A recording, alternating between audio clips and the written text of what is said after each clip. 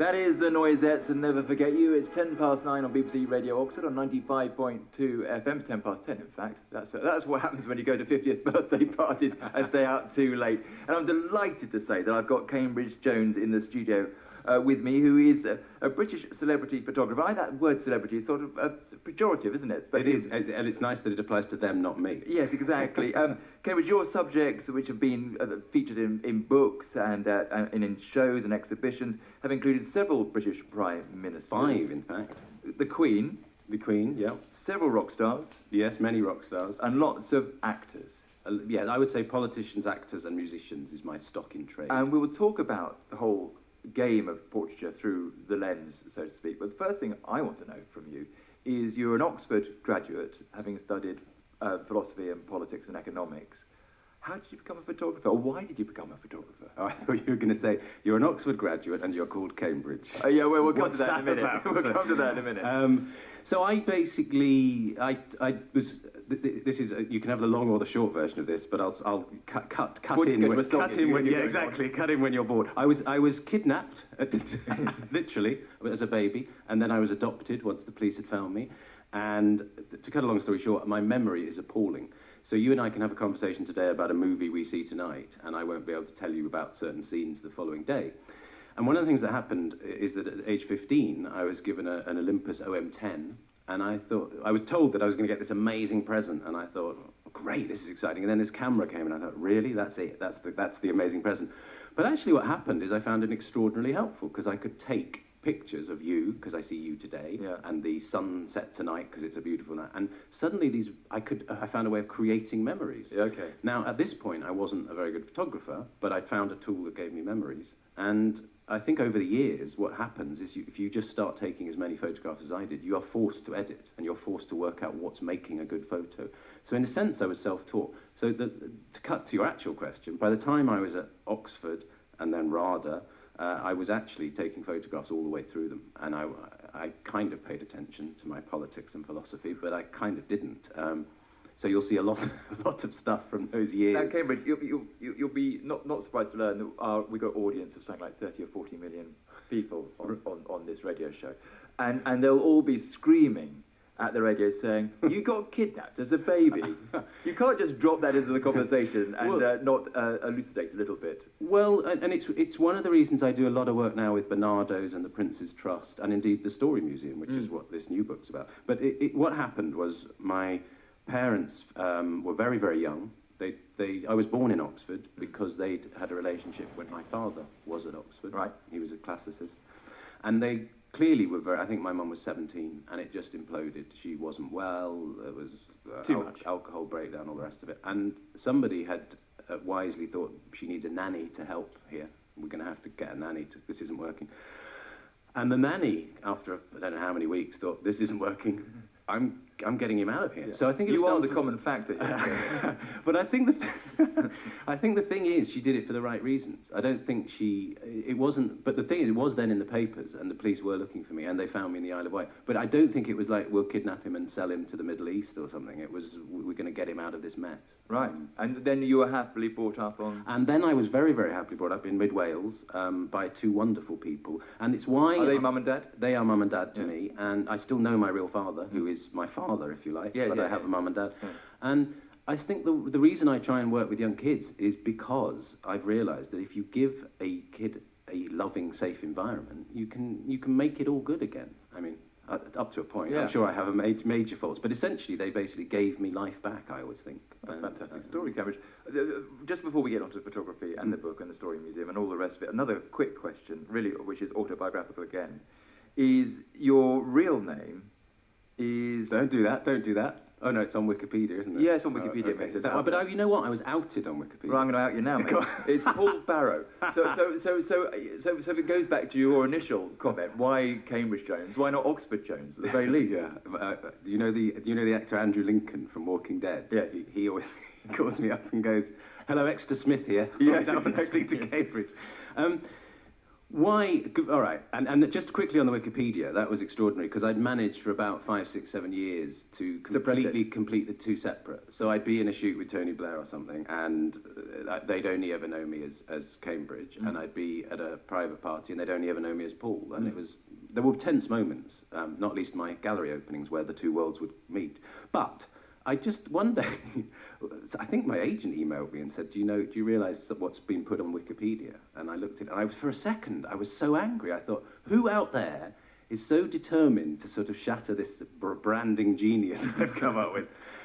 And then it was very interesting because it completely sort of dismantled a weight on my shoulder, because actually I thought, do you know what? And so in the old days when you'd have started to say that, I would have genuinely gone into a sense of panic. And now I think, yeah, we can talk about that. So, and the answer is, I suppose having kind of studied, I don't know, economics and marketing and stuff, I kind of thought if you're going to go into the world of photography, you want to be noticed. Yeah. Everyone wants to be. It's a bit like acting. Everyone wants to do it.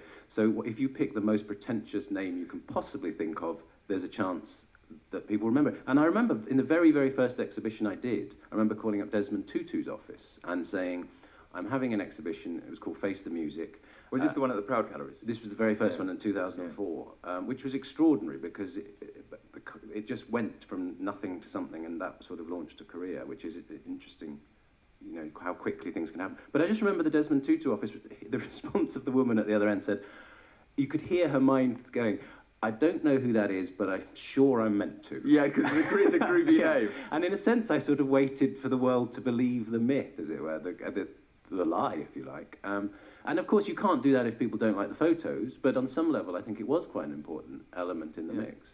But you must have a bit of that, because your surname's great. Well, it's ridiculous. No, but it must help, because everyone must know immediately it's you. Well, no, the answer is, before anybody says anything to me, I say second cousin.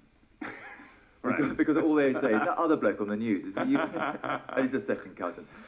So Cambridge, just to go back to that Proud Galleries show, which is a very well-known gallery in London, 2004. So that's kind of where you arrived, so to speak. Yeah. Just very quickly, give me a sense of what were the pictures in that exhibition. So that was 100. Well, and this is, I feel slightly guilty admitting this in a sense, but that was 110 well-known people. And their favourite bit of music. And the reason for that is I worked out that photography was omnipresent and proliferates our whole lives, from backs of cereal packets to ads to sides of buses. And I'd watched people in galleries they don't really look at photographs. So I tried to think of a way of stopping them in front of the picture, so they'd have to. And I thought if you take, Muji had just brought in a sort of little CD player you could put behind the picture, I thought. Yeah. Actually, by the time the exhibition happened, MP3s had happened, so you didn't even have to do that. But eventually, I just wanted you to stop in front of a picture, hear the music that really moved them, and sort of somehow make a connection while looking at the picture. Yeah. And that's what it was. And it had everyone from Cliff Richard to Tony Blair to Desmond Tutu. It was incredibly lucky. The bit I feel guilty about is, of course, that was only really possible because of the privileged elitist institutions I've been through, in a sense. That gave you the access? Yeah, so I could call people like you up and say, you know, can you get me so-and-so, or somebody might get me you, or whatever it was. Because you shouldn't really be able to have that exhibition as your first exhibition. It's slightly... Well, we'll talk a bit about how you actually access those people, and then what they were like, and what you were trying to achieve with them in a minute. But first of all... Okay, that is Maria from Blondie. I'm delighted to say in the studio with me is Cambridge Jones, photographer extraordinaire. Cambridge, before we get on to the exhibition that you've helped create down at the Story Museum in Oxford, I just wanted to go back to what you were discussing before in this first show at the Proud Galleries, which had all these famous people as your subjects. How did you go about, in the beginning, getting them? I can see that once you got so far, you can list all the people you've got, people start saying yes. Yeah. But how do you get from no one to someone? It is an art form, in a sense. It's its own art form. Blagging it? Yeah, it is a bit, because... And I sort of know one of the crucial elements in this, which was a character you may know, actually, Edward Morgan, who used to run the Culture Show. Eddie Morgan. Eddie Morgan. And now, Eddie Morgan, having left Newsnight and before the Culture Show, believe it or not, was deputy... Political PR, wasn't he? Yeah. Well, even before that, was Deputy General Secretary of the Labour Party. And he, at that, the Culture Show had done something on my exhibition of 100 actors who trained at RADA. It's for the centenary of RADA. Which is where you had been. Which is where I'd been, and which is why which is kind of another stepping stone in this ridiculous story, because having had this exhibition, Face the Music, that made so much noise, RADA went, hang on a minute, he was one of our actors and we're about to be 100. What if we got him to go around all the most famous actors who ever trained here for our centenary? And so suddenly I spent a year with Anthony Hopkins and Joan Collins. Great commission. And on the back of that, the Culture Show did a little piece on that. And Eddie somehow said, when he joined the Labour Party, well, it's even more complex than that. I took a photo at a wedding that turned out to be his wife, who's very beautiful, and he asked for some copies. And in the process, he said, would you like to do some of the Labour Party? And I wasn't sure whether he meant, you know, some of the backroom bureaucracy or whatever, or whether he meant Tony Gordon and so on. Turned out he did mean Tony Gordon and so on, and that meant, at the time, I was smart enough to say, I've got this idea for an exhibition, would you be in it? And basically, to be absolutely truthful, and we have to rewind in history here, this was a point where everyone on the planet wasn't quite so aggressive about Tony Blair, and frankly, even those who weren't against him were honoured to be in the same exhibition. So it sort of that was actually the secret. Did you ask for those commissions, because right through that Tony Blair Gordon Brown story, we knew there was that tension, there was that friction between the two. Did you ask to portray them together, or was it always a question of they were going to be individual portraits? They were always separate. Though interestingly, Gordon Brown's one of the only portraits I've ever taken that I didn't really feel like nailed. But you just couldn't get to him? Yeah. No, I got to him in Chelmsford in the end, but I just didn't... I meant character-wise. Yes. Because that's when I'm interviewing people, you're trying to look for something, even if it's a line, which just exposes some truth. And occasionally, I remember it happened with Tom Hanks, I just couldn't get it. Right. I just couldn't get beyond the facade. Yeah. And actors and you must find this actually as a photographer, actors are particularly difficult to get beyond facade because their job is to create a facade. And oddly enough, the person, I mean, this sounds cliched, but I can tell you it's true from having done hundreds of them, the person they are least comfortable being is themselves. Yeah.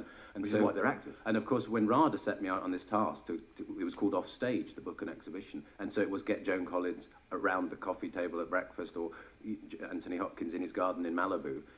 What they hadn't realised is they set me the hardest task of all with actors, because they don't really want to do that, because I tell you what it is. It doesn't sound awful, Cambridge, I'm just saying.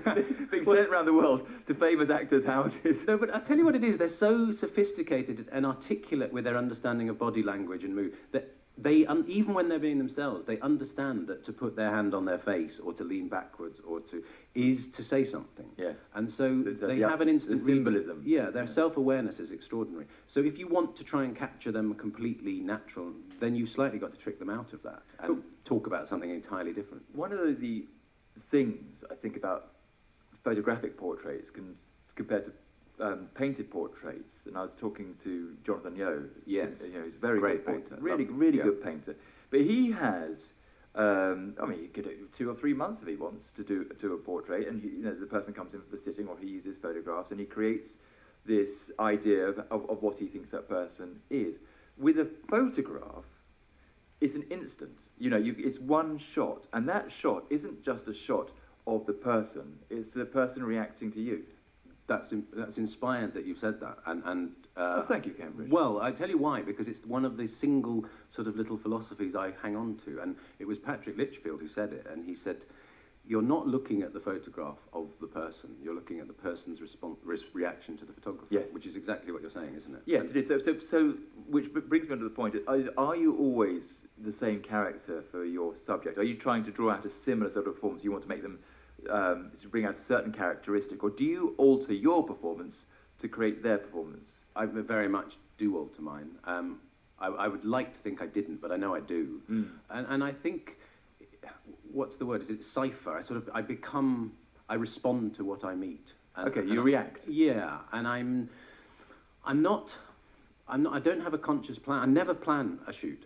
In terms of the thing, so I won't research people. So you improv? Yeah, and the reason for that is this sounds slightly trite, but I'm not I don't want to deal with Tom Hanks, the actor. I want to deal with Tom Hanks, the person. And one of the best ways to do that is not to know anything about what movies he's just done, or whatever it is. And therefore, I haven't shot Tom Hanks, but I'm imagining, but in the similar cases, I just don't go in and say that was a great album or I loved your last movie. Because the minute I say that, I sort of put them on a pedestal, whether they want it or not, where I've reminded them that they are somehow a star and I'm there to capture their stardom. Yes. If I walk in and go, right, we've got a job to do, we're going to make the best picture we can. I don't say it like this, but essentially that's the hidden message. Let's get down to it. Let's get our hands dirty and take the great picture. And what are the components of a great picture? I think they are. Firstly, you move away from the stardom and you move towards the person. And what my favourite thing is to do it in their house, because then you can refer to, you say, oh, is that your grandfather? Or where did you get that piece of furniture? What a lovely view. And you've got a real conversation in real time about real things going on. Yes. So then you're dealing with the real person immediately. And the second thing is just to keep the conversation going. So I'm effectively, oddly enough, though I can't remember it, I am sort of interviewing them. I can't remember it because A, I have a bad memory, and B, the part of my brain that should be listening is only half listening because it's actually thinking, have I got the right ISO number? Will I get that? Is the light falling on his face? All the technical stuff. Yeah. And so I've sort of somehow developed an ability to be part of a conversation when I'm only half in it. And then the real trick, though, is ideally you meet the person doing that. And the real trick, and this is perhaps the thing that's not often said, the real trick is in the editing. Because you've then got shots of them maybe when they're trying to be cool, when they're sort of looking slightly odd, but in the middle of that, you will have caught the real person. So you've got to know who the real person is at the end. That's rule one. 2, you've got to capture it, and 3, you've got to then be able to locate it afterwards and match the 2. And how many shots? I mean, you bought a camera in it. I think that's a digital camera, isn't it? This is actually my wife's camera. Do you normally shoot digitally? I do both now. I have a Hasselblad that has both film and things. One of the 5x4s, or and it's basically. But the thing is, no one ever wants film anymore. So even when I try and shoot film, they digitize it straight away. So so this is the thing. I was looking at your website and your photographs, and some are in colour and some are in black and white. And I never understand why photographers do that. And I understand the sort of the greater contrast you get with black and white and the sort of slightly different narrative you tell. But if it's digital, why not just offer both? I mean, which you can. I think, well, I suppose one of the tricks of being a photographer is you're actually asking somebody to see something through your eyes. So I think you are making choices for them. And I think one of the choices is this a black and white, or is this what and why would you make that decision? Oh, I would do it entirely based on the particular image. But you'll know the answer to this, and I've just been to Amsterdam, and there's a guy who shot a film in a war zone. It could even be Sudan, and he's used infrared camera, and it's all come out red. I've seen that. Now, he makes a really interesting point that people get really angry with him and say, what are you doing? And he says, but black and white is a choice. You know, absolutely. So this is just another choice. Nobody sees the world in black and white. Cambridge, I have to say, our producers are getting really angry with us at the moment. Yeah, because apparently we should be taking in the weather, not talking about photography. We'll be back with you in a minute. BBC Radio Oxford. Weather. With Holly Green. Good morning. Today is continuing our theme of dry and bright weather, lots of sunshine expected, with just a bit more cloud appearing as the day wears on. Feeling very warm as well, highs getting up to 22 degrees in Whitney, and 23 degrees is the maximum for Oxford, though I wouldn't be surprised if we saw the top spots getting up to around 25 or 26 degrees. But given all this warm weather, we do have very high pollen levels. So it's a fine end to the day, some lovely evening sunshine, and it stays quiet overnight with lows of 12 or 13 degrees.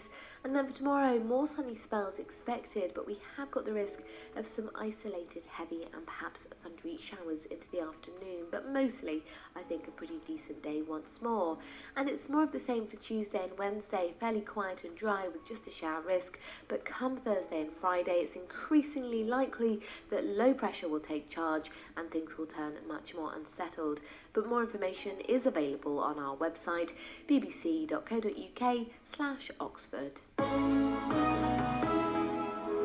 Will Gompertz on digital 95.2 FM and online. BBC Radio Oxford. Radio for Oxfordshire. It's 10:32, and in the studio I've got Cambridge Jones, who is the best possible interviewee you could have for a Sunday morning show, because you're interesting, engaging, energetic, and the trouble is, you're so good, Cambridge. I'll wake up in a minute. Yeah, we're not actually talking about what we should be talking about, which is this show.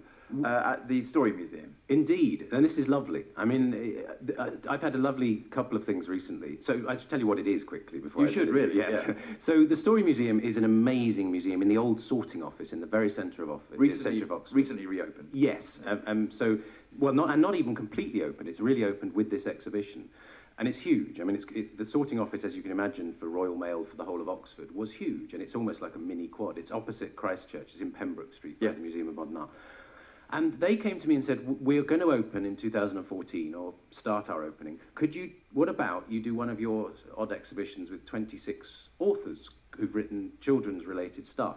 And I said, yeah, but don't we need a sort of something to make it more than just 26 pictures? And we kind of had a little brainstorm together, and we ended up with this idea that if we asked each author who their favourite character was in childhood, and then got the RSC and the National Theatre and makeup artists to create them as that person, we'd have something a bit more interesting. And then they took it, so that's what the book is, and that's what I have to say, it's terrific, Cambridge. I'm just looking here at a picture of Terry Jones as Rupert the Bear. And Philip Pullman as Long John Silver, Michael Morpurgo as Magwitch. Yeah. But what's even more extraordinary, and why I urge people to see the exhibition, isn't my work, oddly enough, though my work, good as it may be, but they've done something even more extraordinary. Yes, all in colour. But what they've done is they've given a room to each portrait and created the world. So I shouldn't give too much away, but if you have children, and even if you don't, frankly, you go down there, you can walk through a wardrobe with full of clothes and find yourself in Narnia. You can enter a ship and turn around and find Philip Pullman looking at you full life size. And it's incredible. And I take no credit for that. They brought in amazing designers who've done Doctor Who and opera and theatre, and they've created an amazing world that I literally took my children, and they've never been the least bit interested in any of my work. But suddenly they were like, Dad, this is cool. Cambridge Jones, this is a great book. It's a great exhibition. I think we're going to be doing a talk about it, aren't we? We are indeed, in Oxford. Thank you so much for coming along. You've been a terrific guest. Hope to see you again. Lovely. On the show, maybe doing the papers at another time. I do the papers a lot. I'd love to do that. Well, let's get you on for that.